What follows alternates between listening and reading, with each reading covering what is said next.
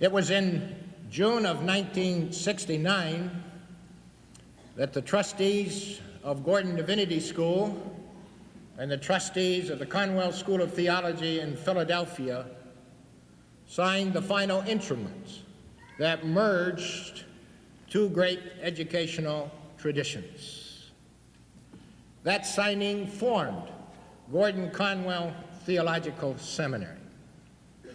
And today, with this commencement, we inaugurate the 25th anniversary celebration of that marvelous event. As we look back over these 25 years, we are mindful of the faithfulness of so many people that have contributed to the strong foundation of this institution. We are mindful of the hundreds of students that have benefited from their education at Gordon-Conwell and today serve in nearly 70 countries of our world in every state of our nation. We celebrate this 25 years of ministry in theological education. There is one who contributed significant leadership at that time and throughout these 25 years. It was his vision for a strong school of evangelical study to be on the East Coast. It was he who worked hard to see that a board of trustees was appointed to lead this institution. It has been his vision over these years for the finest of faculty to be employed and for the best qualified of students to matriculate. In addition to his vision through these faithful people of the seminary, he has also been responsible for seeing that generous resources are provided to the institution. And so we gathered today to hear from our leader, Mr. Billy Graham. It's my joy to present to you Mr. Graham.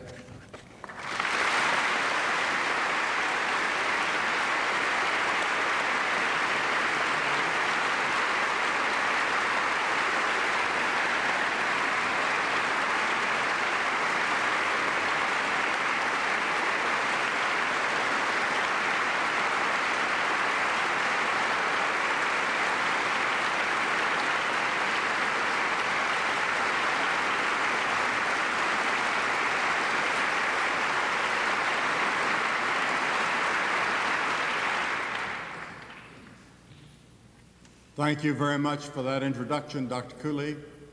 It's a great privilege for me to be here. It's a privilege to be back in New England, where I spent so many weeks and months tramping up and down New England years ago to almost every town and every village in New England, preaching the gospel, sometimes on street corners, sometimes in little churches, sometimes in auditoriums, sometimes in stadiums, but always at universities and colleges. And I had some wonderful experiences in these universities and colleges. I remember the first time we went to MIT, and the place was filled with about 7,000 or 8,000 students, and I was scared to death. And I'd only been out of school a few years myself, and Dr. Ockengay was going to present me. And I told Dr. Ockengay, I said, Harold, I said, you get up and use all the big words you know, so they'll know that somebody among us knows something. Well, when he got finished, I didn't understand what he had said. And I got up and stumbled through the message, and but we went to Harvard and Yale and to Dartmouth and to the University of Massachusetts, to all these schools throughout New England. We've done that 3 times. We've toured all those schools and had question and answer periods and met with faculty and had questions that I think might even stump this faculty back here, though I don't think so. I don't think any question could stump them, because I think they're the best faculty of any evangelical school in America. And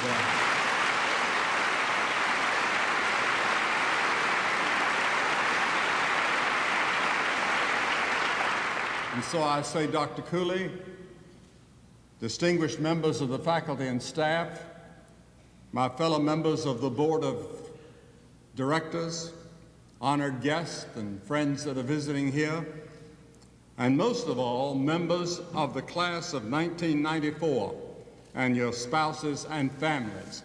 I've been told that this is the best class that's ever been graduated from this institution. That's a fact. I've been told that by 2 or 3 people. And I just arrived, so if I stayed longer, I'm sure that many more would be saying the same thing. Some years ago, I was about to give a commencement address at a Christian college, and we were just preparing to walk in, and I asked the president, I said, how long should I take? He said, well, if you take 12 minutes, that'll be 2 minutes too long. I hope you don't keep a stopwatch on me today, because I might take 10 or 12 or 14 or maybe 18. I agreed with that, but I have seldom been able to hold myself to 10 minutes at graduation, except the University of South Carolina. Once I gave the commencement address there, and I took 8 minutes because the president had told me I shouldn't have more than 6. Today, I know that those of you in the 1994 graduating class have many emotions as you come together for the last time on this campus. For some of you, your primary emotion is gratitude. Gratitude that seminary is finally over. But it's natural to look today at all that has happened to you during the time you've spent here. And I hope that you'll look backward with gratitude, as we've already heard from Mr. Boynton a moment ago. Gratitude for the experience and the friends you've had here. Gratitude for the things you've learned and the faculty that's taught you. Gratitude most of all for God's working in your life during your time here. You aren't the same person you were when you came here, for God has been shaping and preparing you for the responsibilities that He has for you in the future. But commencement is also a time of looking forward, to focus on the future as well as the past. We're commencing in one sense. For some reason, I always look forward. I have a very difficult time looking backward. I have a hard time trying to tell stories of victories and defeats of the past. I'm trying to write my memoirs, and I just have the most difficult time trying to do some of those things. My mind keeps jumping forward to the things I want to do, to the things I think God would have me to do, and to the things that I would like to do before my time is finished on this earth. Perhaps you know where you plan to be in the next few weeks or months or years, and you may be nervous about what you're going to find there. Or for some of you, the future is uncertain, and you may be a bit anxious about it. After Jesus had told His disciples to go to all the world with the gospel, He added this promise, and always I will be with you to the very end of the age. And that's God's promise to all of us for the future. But today I want to ask this question: what kind of a future do we face? As you enter the ministry God has given you, what kind of world will you be facing? Or to put it another way, what can we expect about the times in which we live? First of all, it's a time of great upheaval in the world. I have the privilege of traveling all the time, and I've had the privilege of traveling through 85 countries. And this year I've been in Japan and China, North Korea, and you Koreans that are here, it was North Korea. I didn't get to South Korea. Now, I've been twice to North Korea in the last year, and had an interesting time at Kim Il-sung University. That was the last university I addressed, was at Kim Il-sung University, and that's the only university in North Korea.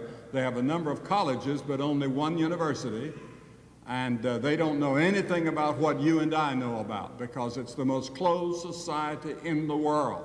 There's never been a country like North Korea that I know about in history where they don't know anything about what's going on in the rest of the world, because they're completely closed off.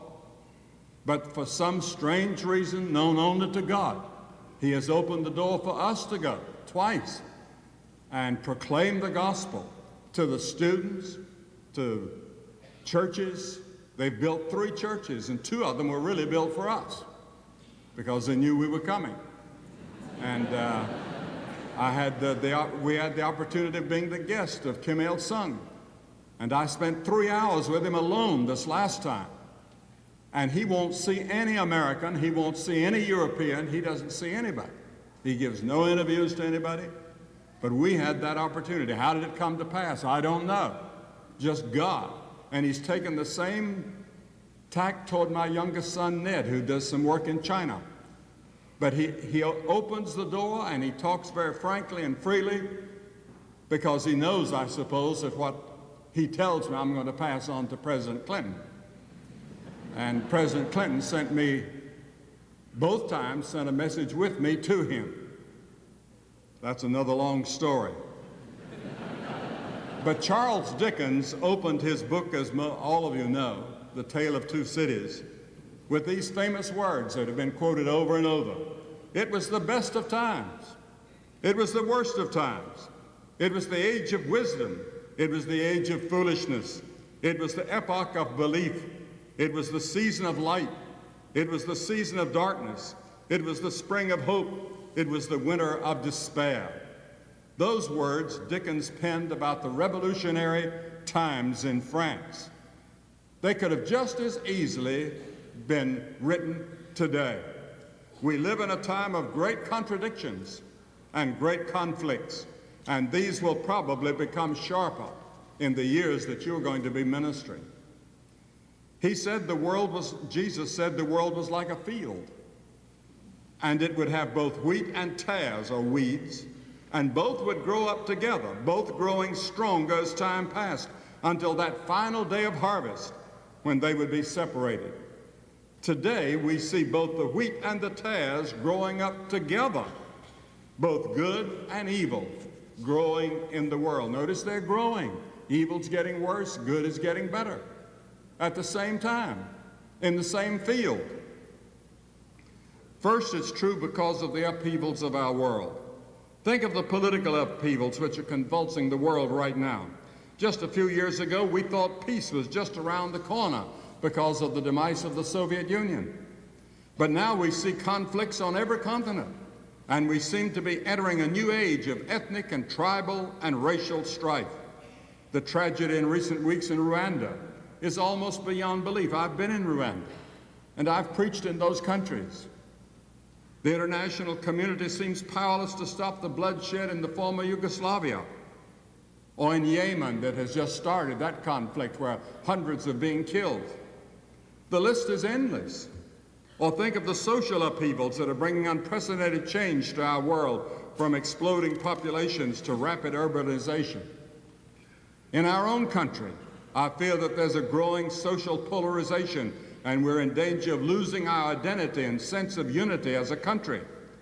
Or think of the moral and spiritual upheavals of our time. This past week, Good Morning America on ABC has been discussing the spirituality of America. Perhaps some of you have watched those programs. I've watched as many as I could, and they've pointed out what my own travels have shown me, that there's a great diversity of belief and non-belief in our own country, and many cults that are arising. We're rapidly becoming a secular society with absolute moral standards being in collapse. Many Americans get their shifting moral values from the talk shows that have sprung up in the last few years and which take us to the depths of human depravity. The talk show host or guest often becomes a psychiatrist or the clergyman, trying to solve problems that they themselves have not been able to solve for themselves. Millions of people are deceived by false philosophies and cults, or are disillusioned or antagonistic to religion of any kind.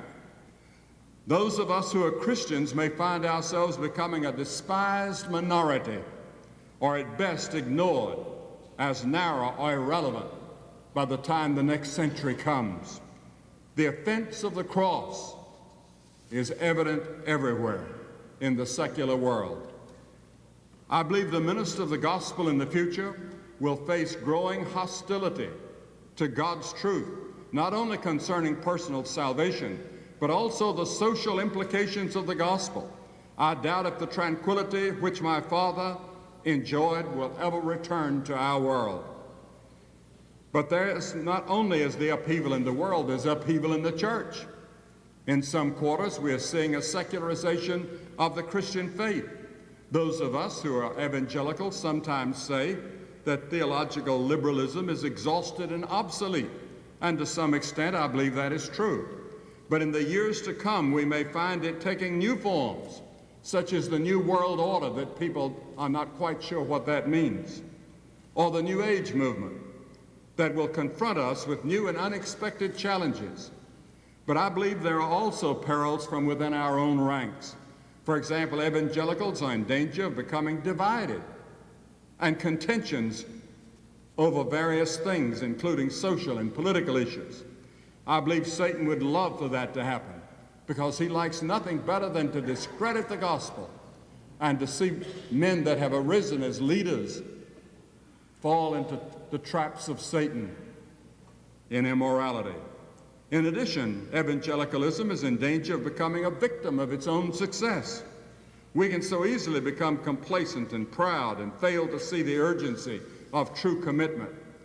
We had a seminary professor have lunch with us this past Sunday at our home, and I asked him what the difference was between the students of today and those of 5 or 10 years ago at his seminary.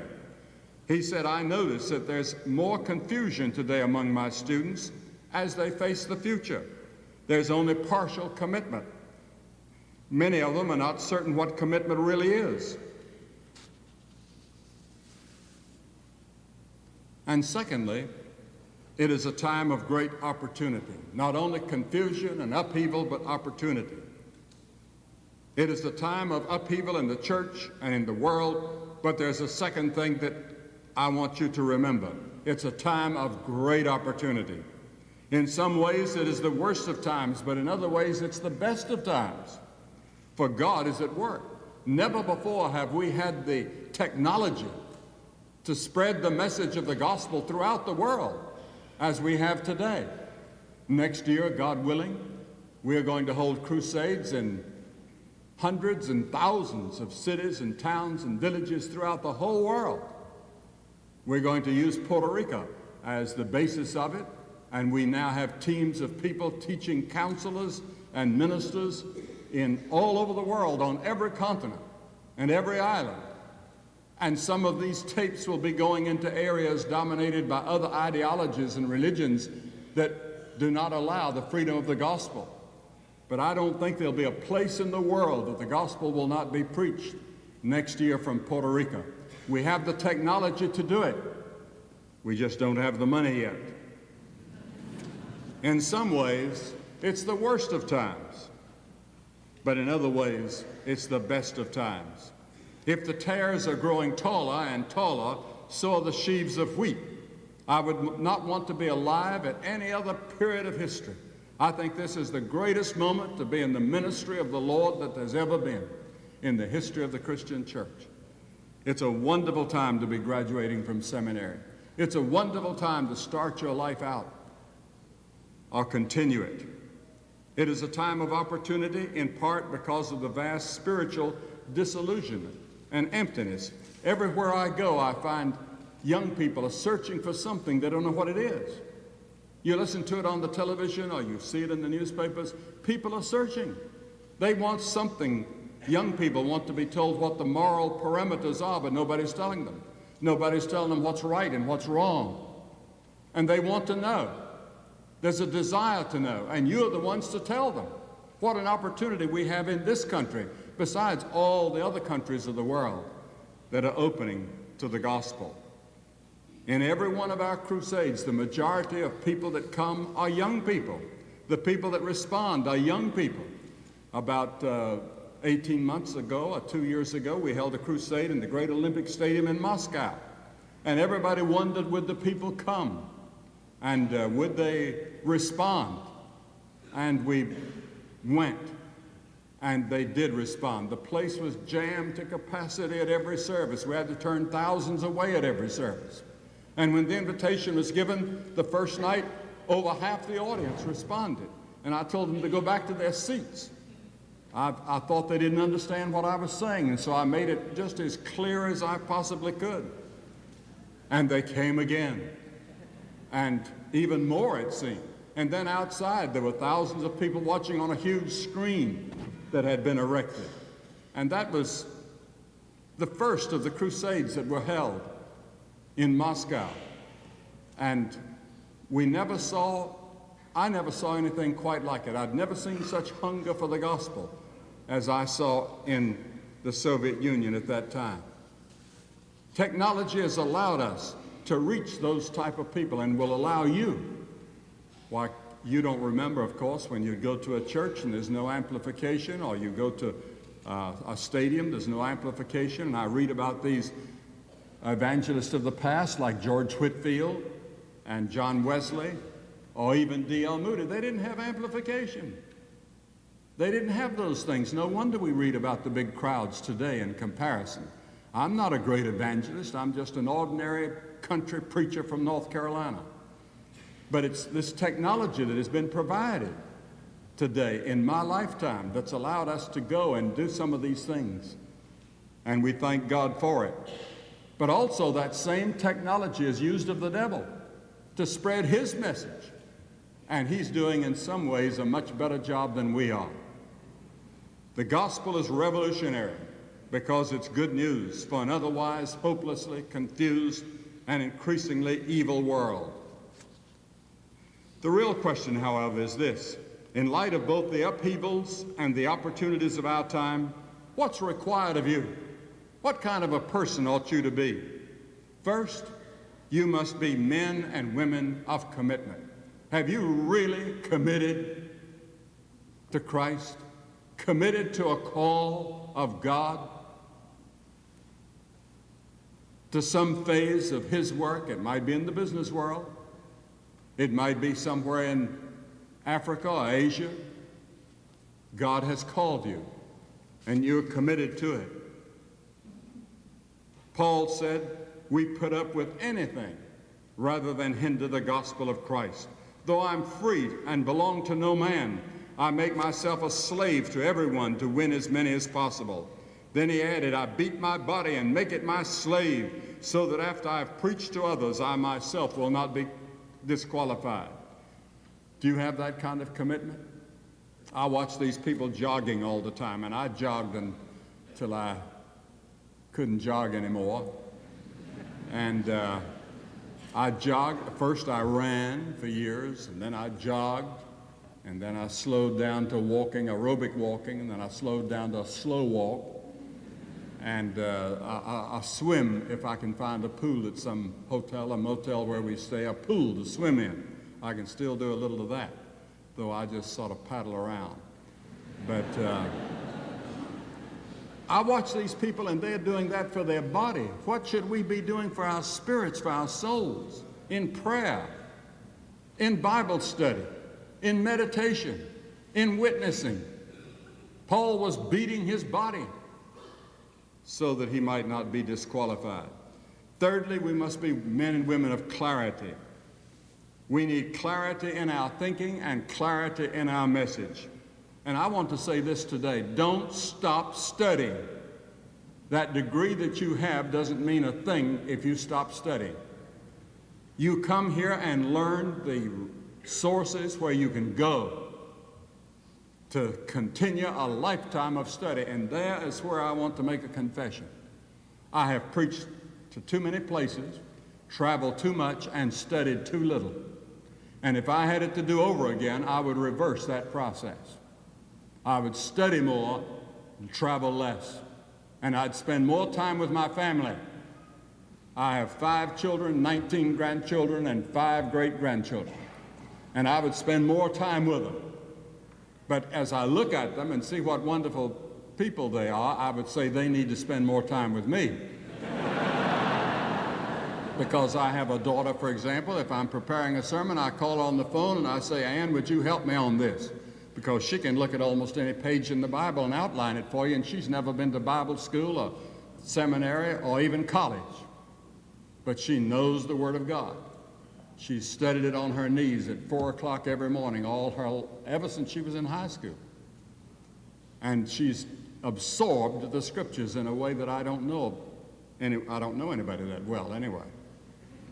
I find in my own preaching that I have to work to be simple.